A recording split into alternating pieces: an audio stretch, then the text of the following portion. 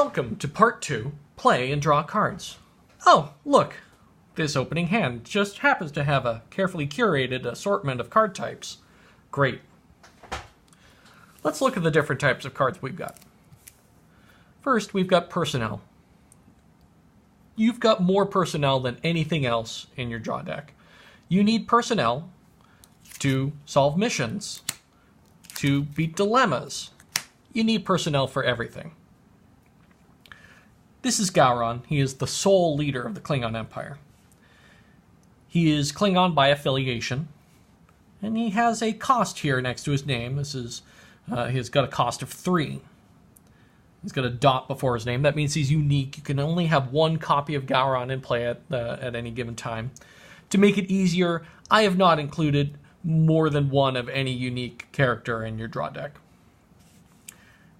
He's got a species listed here. In addition to being Klingon by affiliation, he's also Klingon by species. He's got skills: honor, law, to leadership, and security. These skills are important for doing things like solving missions. Cardassia 4, rescue prisoners, requires leadership, security, and transporters, and strength greater than 30, and Gowron has both the leadership and the security. Down at the bottom, he has attributes: integrity 6, cunning 5, strength 8. Cardassia 4 also requires strength greater than 30. You'll need a few other people besides Gowron in order to complete this mission. Gowron has some keywords in bold. It's Chancellor and Commander IKC Bortas. These are traits that will be called out by other cards. He's got some special ability text. When your Honor Klingon present is about to be stopped or killed by a dilemma, you may discard a Treachery Klingon from hand to prevent that. You may do this only once each turn. This ability text is part of what makes Gowron so important to your deck. He also has a staffing icon here, which is used to fly ships. The IKS Vorcha is a ship. It, too, is Klingon affiliation. It has a Vorcha class designation, where personnel have species. It has a keyword, cloaking device. Again, no built-in text to that, just referenced by other cards. It has attributes: range, weapons, and shields. It also requires staffing to fly. This big gold icon is a command icon. This small silver icon is a staff icon. This ship requires 1 command icon and 3 staffing icons to fly it. Personnel with a command icon can meet staff icon requirements.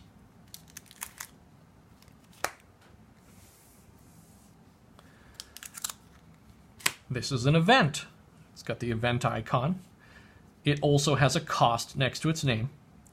It has a keyword, maneuver. It says play in your core. Events always either have an effect when you play them and then tells you to discard it, or it tells you where to play it and then has an ongoing effect.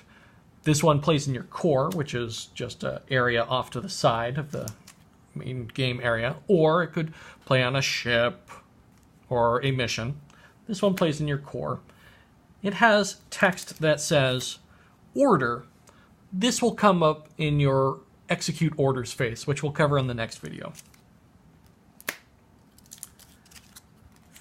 This is an interrupt. Got the interrupt icon, but there's no cost. Interrupts don't use the same cost structure as the rest of the cards in your deck. They say when you can play them. This one says when your Klingon personnel is facing a dilemma. That's when you can play this card. When you play an interrupt, it has its effect, and then goes to your discard pile.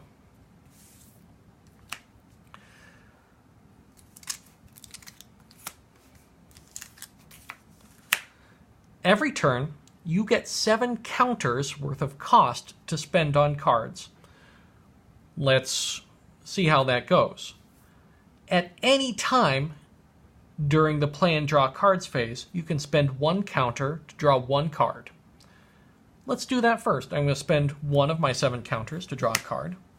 Then I will spend 3 counters, bringing me to a total of 4 spent on Gowron. I'm going to spend 2 more on William T. Riker, Exchange Officer. That'll bring me to 6. And then I'll spend 1 more counter to draw 1 more card. I can't play or draw any more cards this turn, which would move me on to my Execute Orders phase, which we'll cover in Part 3.